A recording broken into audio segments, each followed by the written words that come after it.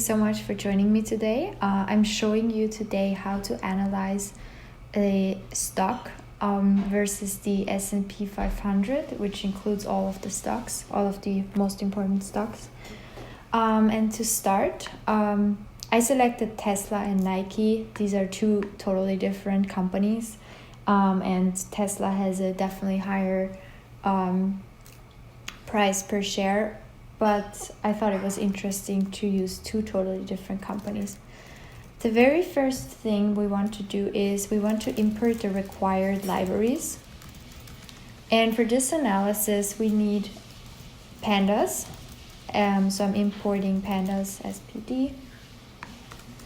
We also need NumPy for the mathematical procedure. We need matplotlib.py plot as we need pandas data reader, and I'm going to explain you why you need this later.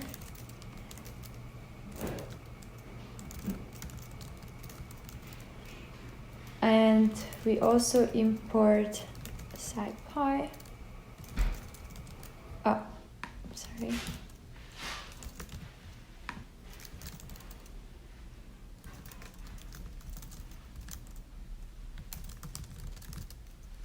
Okay, so these are the libraries that we want to import. And the next thing you want to do is you want to import the data. And if you are familiar with financial analysis, you know that there is Yahoo Finance, which gives you all kinds of stock information and information about the stocks that are available. And since we want to import Tesla, what we can do, and it's a very unique thing about pandas, is that there is something called the pandas data reader. And what you use PDR, because that's what we used here when we imported it. And you say get data Yahoo. That's the source that we are using. And you also have to input here the sign of the symbol of the stock, which is in this case TSLA. And you have to specify from what date you want to start importing data about the stock. I'm just gonna use 2011, January 1st, 2011. And you also have to specify the end date. So I want all data until recently. So I'm just gonna use November 1st. And we do the same for Nike.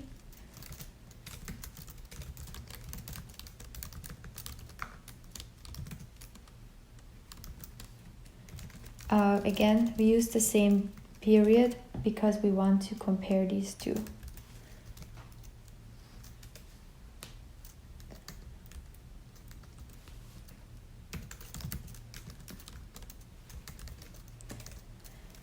Okay, 11:01, and we are trying to load this now. And one more thing we need, because we also want to see the S&P 500. So we are importing the data same way. We're just saying this time we want to import SPY, and we start same day.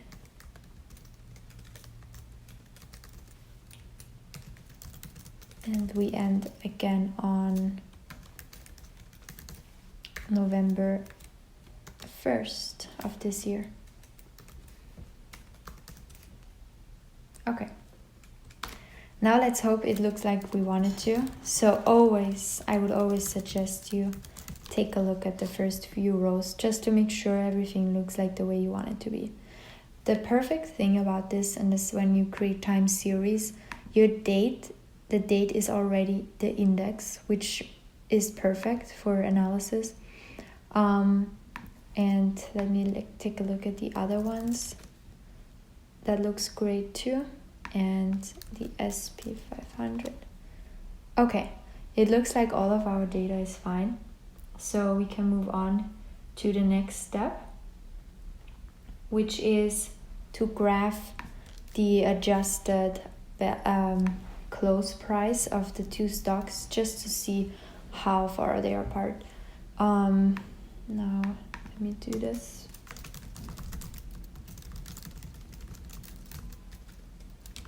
Okay, so in order to plot something, you use this plt.figure, and this is when you specify how big you want your figure to be.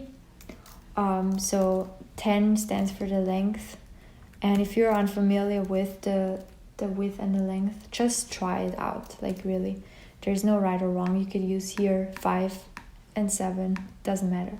You would just see at the end how it looks. That's how I do it.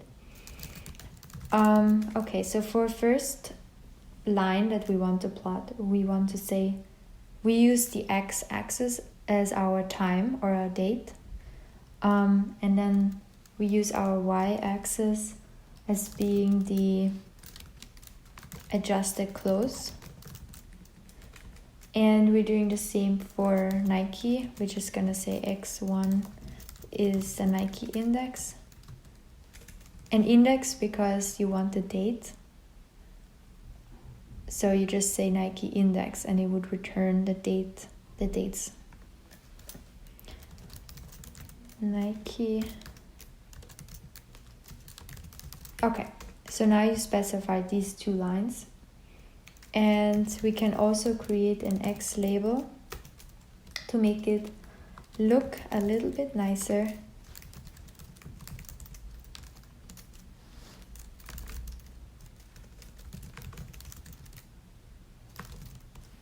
Okay, I'm just gonna call this, I want to say the X label is the date and the PLT or the Y label is the adjusted close price in dollars. And then we are plotting these two. PLT. Okay. We can also give it a title. If you're not if you're not that interested in data visualization, you can really skip over this part. I personally like to doing these things. So yeah. And at the end, before you can see the graph, you have to, one second, we also give it a legend, because we want to make sure you can identify which line is for which stock. So the first one, so what I'm gonna do is I'm passing this a list, and it has to come in the order that you specified the variables. So I used X before X1, which is the Tesla. I used Tesla before Nike, so I have to also make sure that in my legend that I use the correct order. And now when we plot this, you can see that it plots the two lines on the same graph, and you can compare. You can tell that Nike is not as growing as Tesla is, for example. Tesla is really a growth stock. So yeah, that's one thing we can already identify based on this simple graph. The next thing is we need to do is calculate the monthly percent change.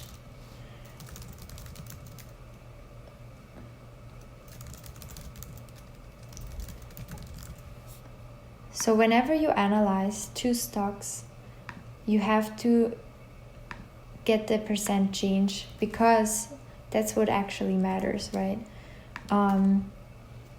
That's what really gives us more ideas of how much you can gain, or how this stock, if it's an aggressive stock or if it's a defensive stock.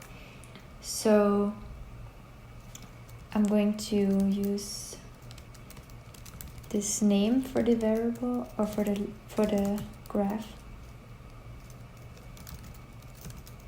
So what we're doing is we are getting the column, the adjusted close, and PCT stands for percent change, and it's automatically calculating how much percent it changed per day.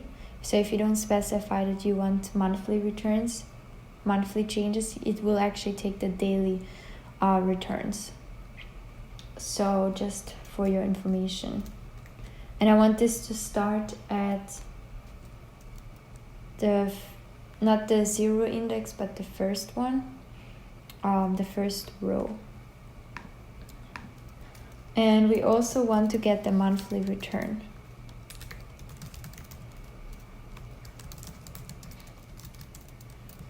So we're doing the exact same thing. We're just taking the adjusted close price, and in this case we resample it and we pass it M, which is for month, and we want to forward fill, because if there's missing values, you want to make sure that they are filled with the next value available. And we also want the percent change of this one. Okay. Now we're doing the same thing for Nike, and just to make your life easier, you can just copy and paste this and change this to Nike. And of course here you have to change it to Nike as well. And the rest is the same. And of course we have to do the same for the S&P 500, so we're going to do exactly the same. You can make you can define functions. I'm just going to show you how it works without functions, just to give you more of a learning experience. But technically, when you have a lot of repetitive tasks, it is definitely advised to use functions instead of repeating the line of code 5 times.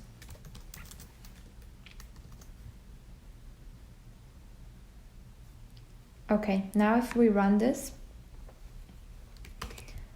we can also take a look at let's take a look at how Nike daily returns looks like. Okay, so as you can see here, the date was used as the index and it's a daily change. So for example, on January 5th, there was a 0.006 change in the stock price in the adjusted close. Okay, next thing what we are going to do is we are plotting the monthly returns of Tesla and SP 500.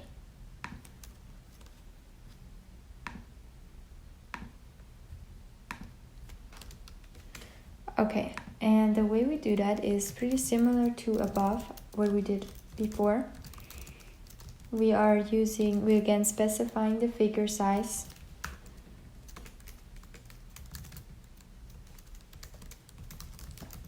And now we are just getting the variable that we defined before, which is the Tesla monthly returns. And we are saying we want to plot this. And we're doing the same with SP 500.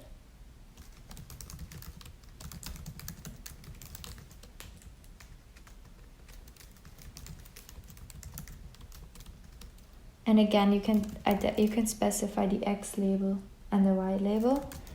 And I really like doing this. PLTY label. We're gonna call this percent change, because it will show us the percent change of these two stocks, of the market index and the Tesla stock. Okay. Next, we're creating a legend to again make sure that we know which stock we're plotting. Okay. And at the end, we are just going to show it, plt.show. Okay, so as you can see here, the orange line is SP 500 and the Tesla stock is the blue one here. And if you are familiar with finance, you can tell that if a stock goes way beyond the SP 500 or way below, is considered a defensive stock. An aggressive stock. That means it has a high beta value. And it usually means also that it's a little more risky when you invest in the stock. And the next thing I want to do is doing the same thing with the Nike stock to see how Nike looks like. So we are plotting this and we're just making a few changes here. Now let's see what this looks like. Okay, so Nike looks much more like a little less aggressive, I would say, than the Tesla stock, and that usually means it's following the S&P 500. So whatever the market does, you can assume that Nike is kind of close to it or very similar, and it's less risky when you invest in it. Of course, there are other risk factors involved as well, but that's one way to identify if a stock is aggressive or defensive, and Nike would be more considered a defensive stock, and that means it should have a lower beta value. And we can also do is we can graph the monthly returns versus the S&P 500 returns. I'm going to show you how to do that.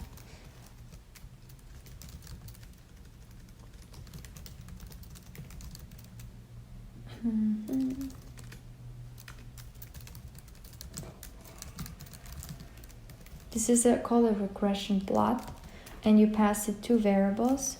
You're passing it the S&P 500 monthly returns, but only the values. Okay, so you don't want to use date for this one. You just want to really see the values of these two stocks.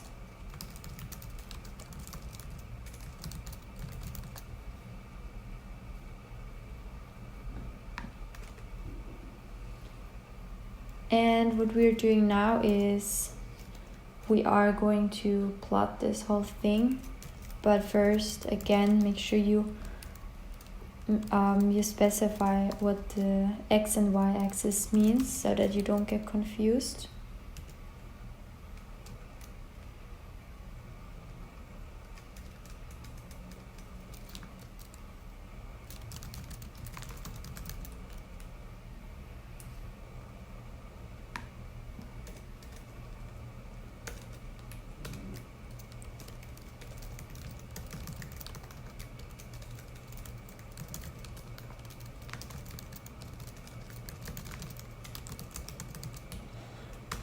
Okay, and next, again, a title.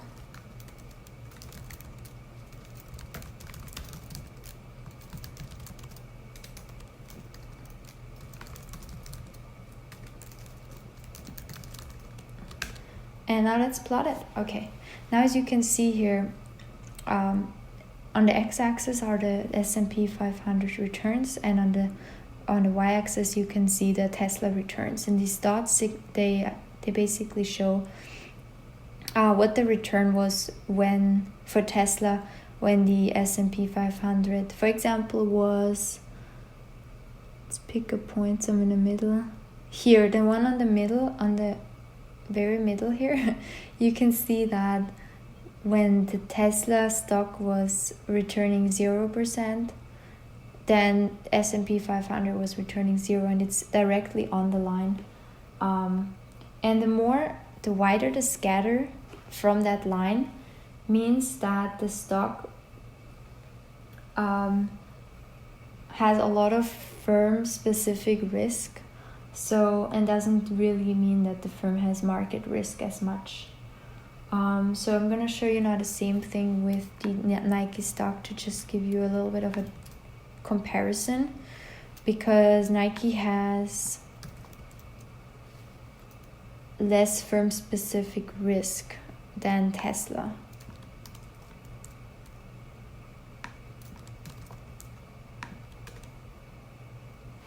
So if you can tell, actually it's pretty similar, but I feel like actually the Nike returns, they have slightly more firm specific risk than Tesla has. So Tesla's points are really around the line, while Nike has the scatter more like spread out, and that usually means that a firm has more specific risk. And the last thing we want to do is we want to make sure that actually the interpretation of our graphs are correct. And that means that we want to calculate the beta value.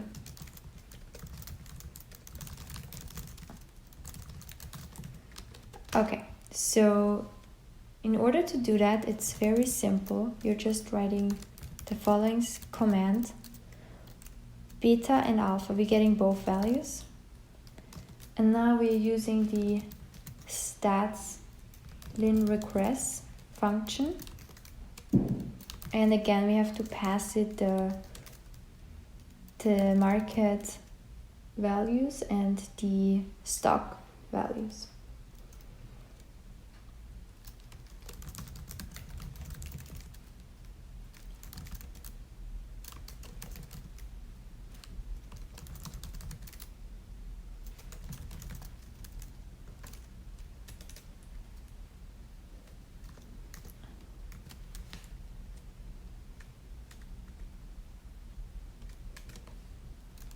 Okay, now we can write a print statement. For example, say Tesla is considered an aggressive stock because its beta value is, and now we can use the beta value like this because you already calculated it.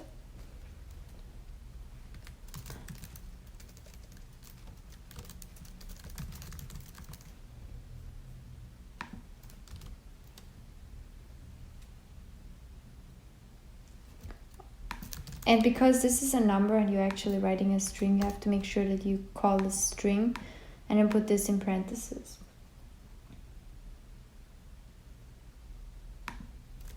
And if you want to go in a new line,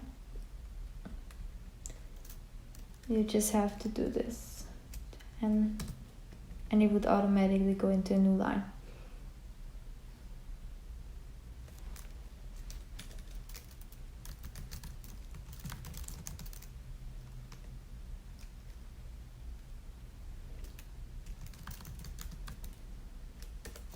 Now let's see. Okay, so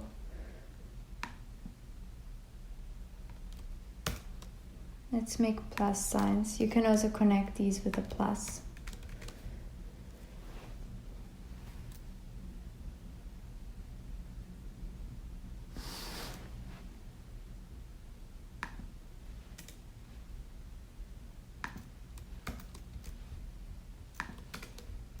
Okay.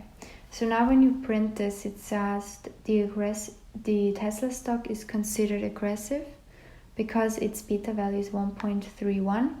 And what that means is as soon as the beta value of a stock is above 1, it's considered an aggressive stock, and it requires a greater rate of return for the investor because there's more risk involved with having a stock like this. And we're gonna do the same with Nike.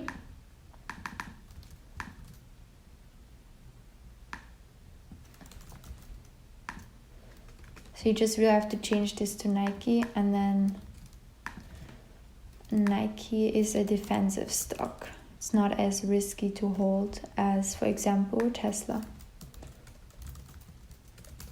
But it also doesn't bring that much of a return to the investors.